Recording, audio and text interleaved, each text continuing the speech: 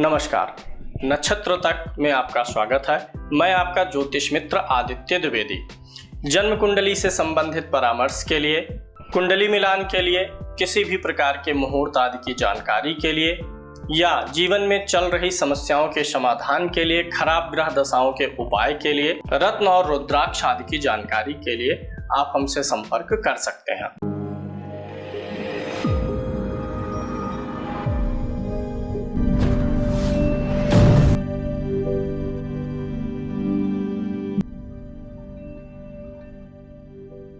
संस्थान में अब आपको ज्योतिष का कोर्स भी मिल जाएगा। इसके लिए आप हमारा ऐप नक्षत्र तक गूगल प्ले स्टोर से डाउनलोड कर लीजिए। इस कोर्स में आप ज्योतिष के ए से शुरू करके जेड तक जा सकते हैं, यानी बेसिक से एडवांस तक के सारे आपको लेसन स्टेप बाय स्टेप मिलते हैं, जो कि एक क्रमबद्ध तरीके से होते हैं, जहां ज्योतिष के पीडीएफ नोट्स भी आपको मिलते हैं और लाइव क्लासेस की रिकॉर्डिंग भी मिलती है। डाउट्स वगैरह के लिए भी वीडियोस आपको मिलते हैं। जूम क्लास से लाइव जोड़ करके मैं आप लोगों के शंकाओं का समाधान भी करता हूं। आज जो जन्म कुंडली हम लोग ले रहे हैं उनका डेट ऑफ बर्थ है 9 अगस्त 1986, 13:30 घाट कोपर, महाराष्ट्र का इनका जन्म है। सबसे पहले विश्लेषण करते हैं ग्रह स्पष्ट की। यहाँ पे देखिए लगन इनकी कौन सी बनती है। वृश्चिक लगन इनका बन रहा है। लगन की डिग्री 2 है, 2 अंश का लगन है। विशाखा के नक्षत्र में है, जो कि गुरु का नक्षत्र है। अब देखिए लगन में वृश्चिक राशि है और वो नक्षत्र में किसके है, गुरु के, यानी ये लगन जो है वृश्चिक और जो नक्षत्र है गुरु का, ये दोनों मित्र हैं, इसलिए लगन अच्छा है। सूर्य इनका कर्क राशि में बैठा है, चंद्रमा के घर में है, 22 डिग्री का है। अश्लेखा नक्षत्र में है, बुध के नक्षत्र में। यह स्थिति भी सूर्य के लिए ठीक है। चंद्रमा कन्या राशि में बैठा है, 5 अंश का है, उत्तरा फाल्गुनी नक्षत्र में है। सूर्य के नक्षत्र में चंद्रमा भी ठीक है, मित्र के नक्षत्र में है। वहीं मंगल धनु राशि में वक्री होकर के 17 डिग्री का है, डिग्री ठीक ठाक है। पूर्वाषाढ़ा नक्षत्र में है, जो कि शुक्र का नक्षत्र होता है। मंगल शुक्र के नक्षत्र में भोग विलास लग्जरी प्रदान करता है। बुध यहाँ पर कर्क राशि में है, यानी सूर्य और बुध की युति बन जाएगी, बुधादित्य योग होगा। 4 अंश का है, पुष्य नक्षत्र में है बुध, शनि का नक्षत्र है, शनि बुध के नक्षत्र में ठीक है। बुध शनि के नक्षत्र में ठीक है। गुरु वक्री अवस्था में कुंभ राशि में 27 अंश का है, पूर्वा भाद्रपद नक्षत्र है, जो गुरु का स्वयं का ही नक्षत्र है। शुक्र इस कुंडली में नीच राशि में है, कन्या राशि में है, 7 अंश का है। उत्तरा फाल्गुनी नक्षत्र है, जो कि सूर्य का नक्षत्र है, ठीक है। शनि वृश्चिक में है, शत्रु राशि में है, 9 अंश का है। नक्षत्र तो इसका ठीक है, लेकिन राशि ठीक नहीं है।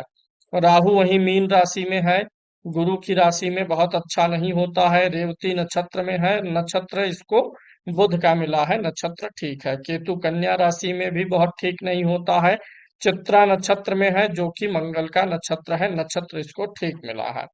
अब इन सारे ग्रह स्पष्ट का विश्लेषण हमें लग्न कुंडली पर सटीक पता चलेगा।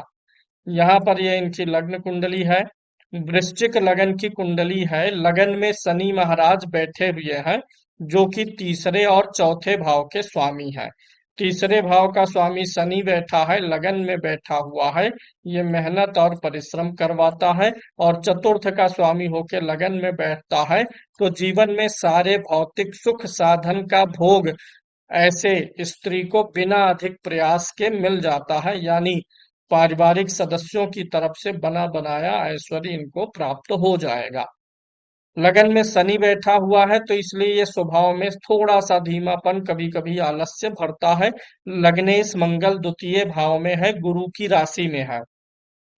मंगल लग्नेश है और द्वितीय भाव में बैठा है, और यहाँ पर मंगल छठे भाव का भी स्वामी है।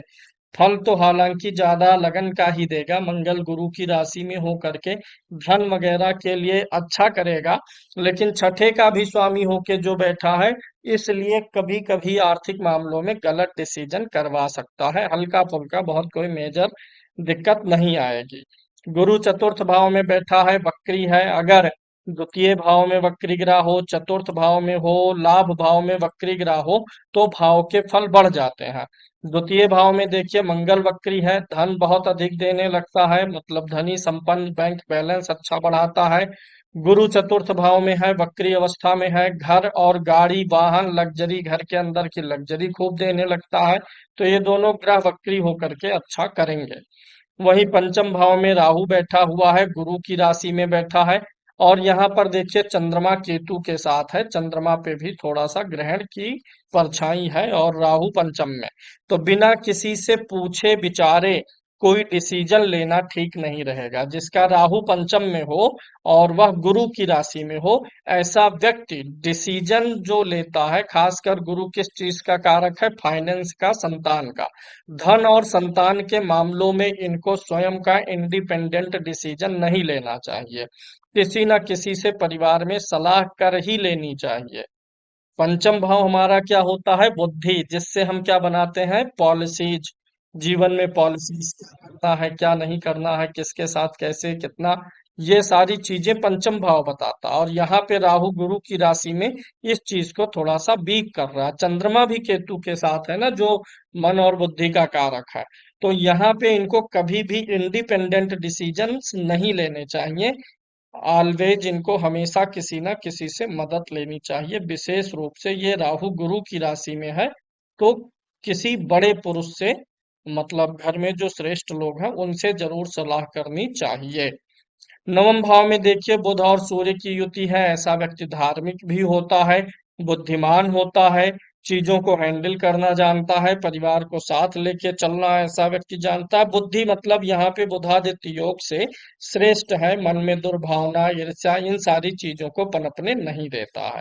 बुधादित्य योग अच्छा है। यहाँ पर सूर्य जो है स्वामी है दसम भाव का, और बैठा हुआ है भाग्य भाव में, यानी केंद्र का स्वामी त्रिकोण में है, ठीक है। बुध और चंद्रमा का स्थान परिवर्तन राजयोग भी है। बुध और चंद्रमा दोनों एक दूसरे के घर में बैठे हुए हैं, यह योग भी अच्छा है। गुरु की दृष्टि पड़ी हुई है अष्टम भाव पर, आयु लंबी करेगा, स्वास्थ्य अच्छा करेगा, बुढ़ापा ठीक ठाक बनाएगा। गुरु और शनि एक दूसरे से केंद्रीय प्रभाव में है, दोनों एक दूसरे से केंद्र में हो, तो यह भी आयु और स्वास्थ्य को बढ़ाने का ही काम करता है। चंद्रमा केतु और शुक्र की युति लाभ भाव में है। यहाँ पे शुक्र नीच राशि में हुआ है, लेकिन शुक्र उच्च किस राशि में होता है, मीन राशि में। और मीन राशि का स्वामी गुरु केंद्र में बैठा है, तो गुरु के द्वारा शुक्र का नीच भंग राजयोग बना हुआ है। तो यहाँ पे गुरु के द्वारा ये जो नीच भंग राजयोग है, ये भी सुख साधन वैभव दिलाएगा। वहीं शुक्र और चंद्रमा और केतु की युति से स्त्रियों में जो थोड़ा सा स्त्री से जुड़े हुए परेशानियां होती हैं, श्वेत प्रदर वगैरह का, इन सारी चीजों का समय समय पे कुछ दिक्कत रह सकता है। चंद्रमा के साथ केतु है, इसलिए भी कभी कभी मासिक धर्म से संबंधित परेशानियां भी बनेंगी। कोई मेजर नहीं, थोड़ा बहुत ऐसे। इस परेशानी को मैं इसलिए भी बता रहा हूँ क्योंकि शुक्र भी नीच का है ना, तो इसीलिए, और चंद्रमा केतु के साथ है, तो थोड़ी बहुत ऐसी समस्याएं बनेंगी। इनका भविष्य काफी ठीक ठाक रहेगा, अच्छा रहेगा। जब गुरु केंद्र में बैठा होता है जिस किसी भी स्त्री के, ऐसे व्यक्ति को ससुराल से काफी अच्छा सम्मान, सहयोग और सुख सुविधाएं प्राप्त होती हैं, जो इनको हमेशा प्राप्त होती रहेंगी।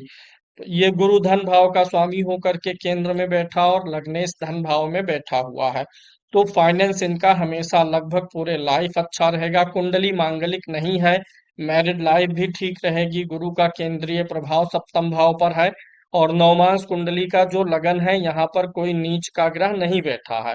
लगन नवमांश कुंडली का ठीक है, अच्छा है। और नवमांश कुंडली के चतुर्थ भाव पे शुभ ग्रह गुरु की दृष्टि है, किसी अन्य क्रूर ग्रह की दृष्टि भी नहीं है।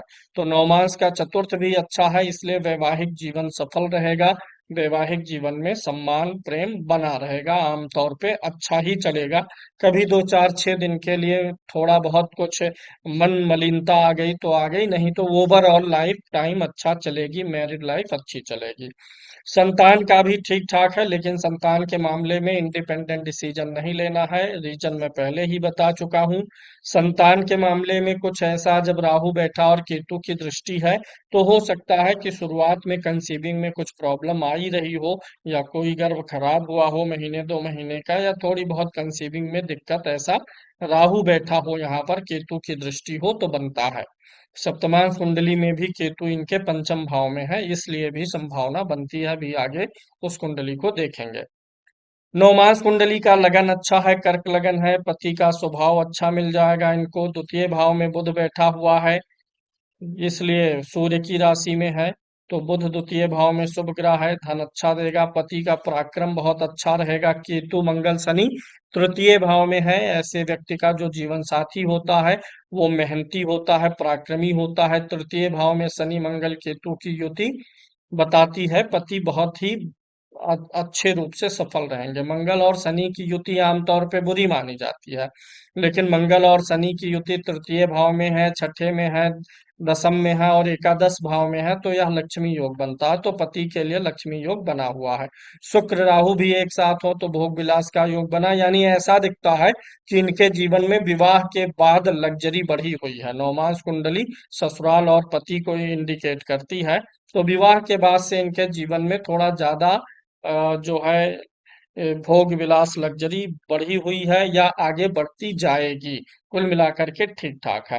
लगन कुंडली से अगर हम देखें क्या कुछ करने की जरूरत है इनको, तो ये जो राहु केतु और चंद्रमा है, जो टाइम टाइम पे इनको थोड़ा सा गलत डिसीजन लेने के लिए या भावुकता में फैसले लेने से रोक सकता है, उसमें राहु के लिए उपाय की जरूरत है, चंद्रमा और केतु के ग्रहण दोष के उपाय की जरूरत है। और यहाँ पे बृहस्पति के लिए पुखराज पहन लें, ये इनके लिए अच्छा रहेगा। और चंद्रमा के लिए मोती पहन लेना इनके लिए अच्छा रहेगा। पुखराज और मोती का लॉकेट बना के पहने। और अगर कुछ इनको सेहत की दिक्कत आती है, जो स्त्रियों की अपनी पर्सनल प्रॉब्लम होती है, तो ऐसे में शुक्रवार को चावल का दान कर देना इनके लिए ठीक रहेगा। ओवरऑल कुंडली अच्छी है। गुरु केंद्र में बैठा है, दसम भाव को देख रहा है, तो यहाँ पे इनलाज से रिश्ते अच्छे रहेंगे। इनलाज में जो स्त्री पक्ष रहेगा उनकी तबीयत थोड़ी थोड़ी सी खराब रह सकती है, लेकिन रिलेशनशिप लगभग सभी से अच्छे दिखाई दे रहे हैं। बच्चे इनके जो होंगे वो इनकी बातों को थोड़ा कम सुनेंगे, इनके प्रति थोड़ा सा डिसोबीडियंट बनेंगे, क्योंकि राहु पंचम भाव में बैठा हुआ है। अगली कुंडली पर चलते हैं। सूर्य कुंडली से मान सम्मान देखते हैं। लगन में सूर्य बैठा है, बुध के साथ में है, और लग्नेश चंद्रमा केतु के साथ में है। तो अपने कभी कभी डिसीजन के कारण से इनको थोड़ा सा अपने आप में फील हो सकता है, क्योंकि चंद्रमा डिसीजन मन विचार का कारक है, केतु के साथ है, तो डिसीजन थोड़ा सा और इनको इम्प्रूव करना चाहिए। मान सम्मान जीवन में बना रहेगा। कभी कभी अपने कुछ गलत निर्णय के कारण से इनको स्वयं में फील होगा कि मैंने कुछ ऐसा किया है जिससे थोड़ा सा कष्ट हो लोगों को, तो इस चीज को इनको सुधारना। ओवरऑल मान सम्मान ठीक रहने वाला है। इनकी कुंडली देखते हैं, धन के लिए कौन सा देवता सबसे उपयुक्त है। होरा कुंडली देखी जाती है, कर्क लगन की होरा इनकी बनती है। होरा कुंडली में यहाँ देखिए 4 नंबर है, कर्क लगन की होरा है। पितरों के लिए श्राद्ध करना, श्राद्ध पक्ष में पितरों के लिए पिंडदान करना, पितरों को जो है श्रद्धा भाव देना, इन सब चीजों को करने से इनके जीवन का आर्थिक पक्ष हमेशा मजबूत बना रहेगा। अगर सिंह लगन की होरा होती तो देवताओं के अधीन इनका धन होता। कर्क लगन का है तो पितरों के आशीर्वाद से इनको आगे बढ़ने की सूचना मिलती है। देशकाल कुंडली देखते हैं तो लगन में शनि और राहु बैठे हुए हैं, और मंगल स्वामी है, छठे भाव में गया हुआ है।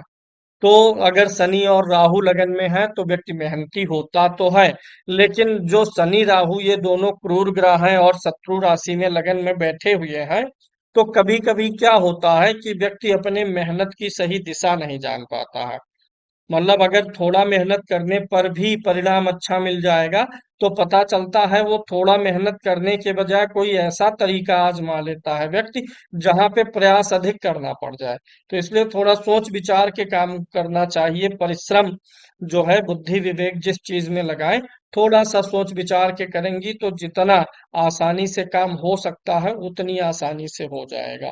कहने का मतलब ये है कि अगर कोई कार्य इनका कम इफर्ट में हो सकता है तो शनि और राहु के यहाँ होने के नाते इनको एक्स्ट्रा इफर्ट लगाने की जरूरत पड़ जाती है, क्योंकि काम को करने का सही तरीका थोड़ा सा इनको विचार करना चाहिए। चतुर्थांश कुंडली से भाग्य देखते हैं, लगन में ही गुरु जैसा शुभ ग्रह बैठ गया है। लग्नेश मंगल जो है अष्टम भाव में गया हुआ है, भाग्य भाव में बुध बैठा हुआ है, और भाग्येश चंद्रमा बुध से स्थान परिवर्तन यहाँ भी कर रहा है। भाग्य इनका काफी मजबूत है। लगन कुंडली में भी राजयोग था, यहाँ पर भी राजयोग बना हुआ है चंद्रमा बुध का। तो भाग्य का साथ और सहयोग जीवन भर इनको मिलता रहेगा, बना रहेगा। पंचमांश कुंडली से ज्ञान विज्ञान और हुनर को देखते हैं। लगन में ही चंद्रमा उच्च का होकर के बैठा हुआ है। लग्नेश भी मित्र राशि में होकर के बैठा हुआ है। सूर्य स्वाग्रही है। भाषा बोली बातचीत व्यवहार की कला इनको पता है। सामाजिक रूप से या लोगों के साथ में किस प्रकार से डील करना है, उठना बैठना बातचीत, ये सब इनको अच्छा ज्ञान है। और चूंकि पंचमांश के लगन में चंद्रमा और बुध शुभ ग्रह है ना, तो बड़े पोलाइटली ये लोगों से पेश आएंगी। षष्ठांश कुंडली में लगन में शुभ ग्रह बैठा हुआ है, अच्छी बात है। लग्ने शुक्र है, ये भी ठीक ठाक है। छठे भाव को मुख्य रूप से देखना है। यहाँ पे दो दो क्रूर ग्रह बैठे हुए हैं, तो शत्रुहंता योग बना हुआ है। गुरु की दृष्टि भी है, यानी कोई इनके विशेष शत्रु लाइफ में नहीं रहने वाले, शत्रु रहेंगे ही नहीं। कुछ इनसे गलती गड़बड़ी होगी तो गुरु की दृष्टि के कारण से लोग इनको समझाएंगे, कंप्रोमाइजिंग की अवस्था रहेगी। कोई शत्रु की बाधा वगैरह इस कुंडली से नहीं बनती हुई दिख रही है। सप्तमांश कुंडली से संतान का विचार होगा। सप्तमांश का जो लगन है ठीक है, कोई नीच आदि का ग्रह लगन में नहीं बैठा है। लग्नेश जो है वह शुक्र है, 12वें भाव में जाकर के बैठा हुआ है, तो इनकी संतान इनसे थोड़ी सी दूर स्थान पे रहे, इस बात की संभावना बनती हुई नजर आ रही है। संतान थोड़ा सा बाहर जा सकती हैं, विदेश जा सकती हैं। यहाँ देखिए पंचम में केतु है, इसलिए पहली संतान के कंसीविंग में थोड़ी सी प्रॉब्लम पैदा करता है। गुरु केंद्र में है, ठीक है, संतान योग्य अच्छी होंगी, संतान से सुख मिलेगा। अष्टमांश कुंडली से आयु देखेंगे। लगन में मित्र की राशि में मंगल बैठा है, लग्नेश गुरु उच्च का अष्टम में है, आयु काफी लंबी हो जाती है। ऐसे में अगर गुरु या शनि का प्रभाव अष्टमांश के लगन या अष्टम भाव पे पड़ रहा हो, काफी अच्छा योग बनता है। जीवन में कई बार स्थान परिवर्तन भी इनका संभव रहेगा, थोड़े थोड़े समय के लिए कहीं आना जाना ऐसा लगा रहेगा। अगली कुंडली पर इनके देखते हैं। नौमांश की चर्चा हो गई, दसमांश देखिए। दसमांश के लगन में शुभ ग्रह बैठा है शुक्र, लग्नेश है चंद्रमा 12 में बैठा हुआ है, तो ये लगन और लग्नेश ठीक हो गया। चतुर्थ भाव में यही देखिए कुछ विपरीत स्थिति है। शनि और सूर्य एक साथ हैं, सूर्य का नीच भंग शनि ने किया, लेकिन सूर्य शनि की युति से अच्छा नहीं होता, द्वंद्व पैदा होता है। व्यवसायिक रूप से जो चौथा भाव होता है, यह दसमांश कुंडली कार्य क्षेत्र और व्यवसाय का है। चतुर्थ भाव क्या है? सुख साधन आदि का है, पब्लिक हाउस है। तो यहाँ पे शनि उच्च का है जो कि मार्केश है, सूर्य यहीं पर नीच का है, ये भी मार्केश है। तो यहाँ पे इनको कार्यस्थल से संबंधित कुछ ना कुछ कॉन्फिडेंस की कमी आएगी। द्वितीय भाव में राहु बैठा हुआ है, सूर्य की राशि में है। कामकाज के चक्कर में कुछ धन की हानि ये कभी कभी करवाता है। मंगल गुरु पंचम में बैठा है, ठीक ठाक है, अच्छा देगा। बुध भी अच्छा देगा और सारी स्थितियां अच्छी हैं। बस यही इनको थोड़ा सा शनि का ख्याल रखना चाहिए। केतु है कार्यस्थल पे, कभी कभी पेट और गैस से जुड़ी हुई समस्याएं भी बन सकती हैं। अगली कुंडली एकादशांश कुंडली से मनोकामनाओं की पूर्ति को देखते हैं। लगन में सूर्य और केतु बैठे हैं, और लग्नेश जो बुध है वो छठे भाव में है। यानी मनोकामना मतलब अगर ये सोचती हैं कि मैं कोई काम ऐसा ऐसे ऐसे करूंगी तो इसका रिजल्ट ऐसा मिलेगा, तो ऐसा नहीं होने वाला है। यानी हर बार इनको जैसा सोचेंगी उसी प्रकार से इनकी योजनाएं लागू होती हुई नजर नहीं आ रही है, मनोवांछित परिणाम नहीं प्राप्त होगा। इसलिए बिना योजना बनाए इनको काम करना है, कोई लक्ष्य निर्धारित किए बिना ही करना है। क्योंकि सूर्य और केतु का ग्रहण एकादशांश में बना हुआ है। द्वादशांश कुंडली से पितृ सुख को देखते हैं। लगन में चंद्रमा नीच का है, माता के लिए थोड़ा सा कष्टकारी हो जाता है। मंगल नीच का है, पिता के लिए भी कष्टकारी हो जाता है, लेकिन सास ससुर के लिए स्थितियां ठीक दिखाई देती हैं। अगली कुंडली पर चलते हैं। कोडसांश कुंडली से वाहन के सुख को देखेंगे। अगर कोडसांश के लगन में मंगल हो या चतुर्थ भाव में मंगल हो तो वाहन का सुख बहुत अच्छा मिलता है। लग्नेश बुध है, वह स्वराशि का होकर के बैठा है दसम भाव में। चतुर्थ भाव का स्वामी गुरु है, द्वितीय भाव में अच्छी स्थिति में है। लगन में मंगल की दृष्टि चतुर्थ भाव पर पहुंचेगी। वाहन का बहुत अच्छा सुख है, फोर व्हीलर वाहन अच्छे और लग्जीरियस इनको मिलेंगे। आध्यात्मिक उन्नति के मामले में लगन में शुक्र बैठा है, देवी की उपासना करना इनके लिए ज्यादा ठीक रहेगा। लग्ने शनि है जो कि छठे भाव में बैठा हुआ है, जो उपासना और पूजा पाठ के लिए थोड़ा सा समय कम मिलने दे या किसी प्रकार से थोड़ा सा भटकाए, लेकिन फिर भी इनको भगवती देवी की उपासना के लिए समय निकालते रहना चाहिए। अब इनकी चलते हैं अगली कुंडली पर, सर्वाष्टक वर्ग सारणी पे। इस सारणी को आप लोग समझ लीजिए थोड़ा सा। यहाँ पर ग्रह राशि और कुछ अंक लिखे हैं, इधर राशियां हैं, इधर ग्रह हैं और इधर अंक हैं। अगर किसी ग्रह को किसी राशि पे 0 से 3 पॉइंट के बीच में मिला होता है बिंदु, तो वहां पर ग्रह का गोचर अशुभ होता है। जहां 4 पॉइंट मिले हैं उस राशि पर ग्रह का गोचर एप्रस फल देता है। जहां 5 से लेकर के 8 के बीच में मिले हैं उस राशि पर ग्रह का गोचर अच्छा फल देता है। शनि को मेष राशि में 5 पॉइंट मिले हैं, शनि को मेष राशि में 5। जब भी शनि का गोचर मेष राशि पे रहेगा इनको अच्छा देगा। शनि का गोचर वृषभ पे, मिथुन पे, कर्क पे, सिंह पे, कन्या पे, तुला पे, वृश्चिक पे, धनु पे बहुत ठीक नहीं है। यहाँ पर तो एवरेज है, यहाँ एवरेज है। कुंभ राशि में वर्तमान में शनि चल रहा है तो अच्छा फल शनि का बनेगा। मीन में शनि का फल अच्छा इनको प्राप्त नहीं होगा। गुरु को मेष राशि में 5 पॉइंट मिले हैं, मेष राशि में गुरु का गोचर अच्छा रहेगा, वृषभ में अच्छा रहेगा। कर्क में देखिए 6 पॉइंट है, अच्छा है। तुला में 6 है, अच्छा है। इधर 5 मकर में और 7 मीन में। तो इस प्रकार से सभी ग्रह का गोचर किस राशि पे कैसा फल देगा जान सकते हैं। यहाँ पे देखिए 1 पॉइंट मिला है तुला राशि में मंगल को। तो जब भी मंगल का गोचर तुला राशि में रहेगा तो उस समय मंगल इनको गड़बड़ फल देगा। दिन कौन सा अच्छा रहेगा? जब चंद्रमा का गोचर मेष राशि में रहेगा, वृषभ में रहेगा, चंद्रमा का गोचर कन्या में रहेगा, मकर में रहेगा, कुंभ में रहेगा, तो इनके लिए वे दिन ज्यादा अच्छे रहेंगे। तो जब जब चंद्रमा का गोचर मेष में, वृषभ में, कन्या में और यहाँ मकर में 6 है, कुंभ में 5 है, इन राशियों पे रहे, उस दिन कोई नया डील, व्यवसाय, नया काम करना, यात्रा करना इनके लिए अच्छा रहेगा। शेष अन्य दिनों में थोड़ी सी सावधानी रखने की जरूरत पड़ेगी। सर्वाष्टक वर्ग की कुंडली में देखिए लगन में 30 पॉइंट मिले हैं, आयु और स्वास्थ्य अच्छा रहेगा। इनके लगन में 30 है और सप्तम में भी 30 है, तो पति पत्नी दोनों एक दूसरे के लिए अनुकूल हैं। धन भाव में 30 पॉइंट है और व्यय भाव में 22 है, लाभ में 35 है, यानी जीवन भर धनी बने रहने का योग है। व्यय में कम होना चाहिए पॉइंट और ज्यादा कम है, 8 अंक का अंतर है। यहाँ पे 30, यहाँ पे 22 और लाभ में भी अच्छा है। बहुत अधिक मेहनत जीवन में नहीं करना पड़ेगा, 28 पॉइंट है। जीवन में एवरेज मेहनत रहेगा। सुख भाव में 30 है, बहुत अच्छा सुख है। संतान को लेकर के थोड़ा सा देखिए 25 पॉइंट है, वही डिसोबियंट वाली स्थिति रहेगी। छठे भाव में कम पॉइंट होना अच्छा है, प्रतिस्पर्धी नहीं रहेंगे। अष्टम भाव में कम पॉइंट होना बताता है जीवन में स्ट्रगल कम रहेगा। भाग्य भी इनका फुल अच्छा सपोर्ट देगा, 33 पॉइंट है और भाग्य अच्छा साथ देगा, लाभ भी अच्छा मिलेगा। उस हिसाब से कर्म इनको कम करना पड़ेगा, यानी कम कर्म में ही इनको अधिक लाभ है। बहुत अधिक कर्म वगैरह नहीं करना पड़ेगा, बिना उसके ही इनको सारी चीजें, सुख साधन सुविधाएं मिलेंगी।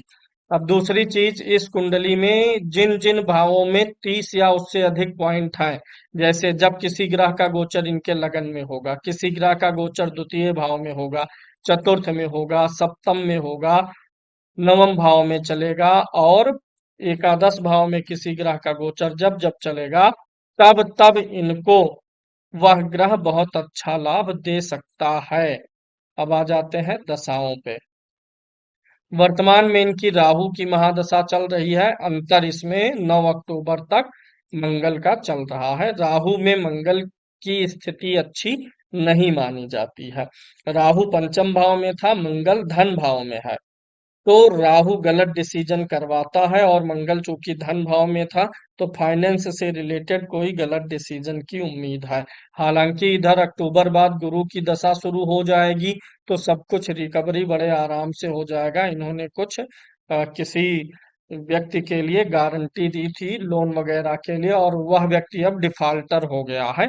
तो थोड़ी सी परेशानियां हैं। अक्टूबर बाद गुरु आएगा तो कोई बहुत विशेष परेशानी नहीं है। गुरु के आने के बाद में इनके परिवार का व्यवसाय, कामकाज बढ़ेगा, सुख बढ़ेगा, साधन बढ़ेगा, और आयु आरोग्यता में भी वृद्धि होगी। गुरु की दशा काफी अच्छी निकल जाएगी। फिर गुरु के बाद शनि की दशा आएगी। शनि लगन में बैठे हुए हैं, और लगन का शनि इनको उस समय से थोड़ा सा अधिक सुस्ती प्रदान करेगा। यानी ये दशा भी इधर ठीक ठाक है। अगर हम थोड़ा सा दशा में गड़बड़ भी देखते हैं तो राहु की ही दशा गड़बड़ आती है, जो कि अब लगभग लगभग बीत गई। इधर की सारी दशाएं अच्छी हैं, और इनको सारा सुख साधन देने में सक्षम है। उपाय स्वरूप राहु का जपदान और चंद्रमा केतु का जपदान होगा। और स्टोन में इनको गुरु का स्टोन पहन लेना है, और चंद्रमा के लिए मोती पहन लेना है। इतने ही उपाय इनको जरूरत है।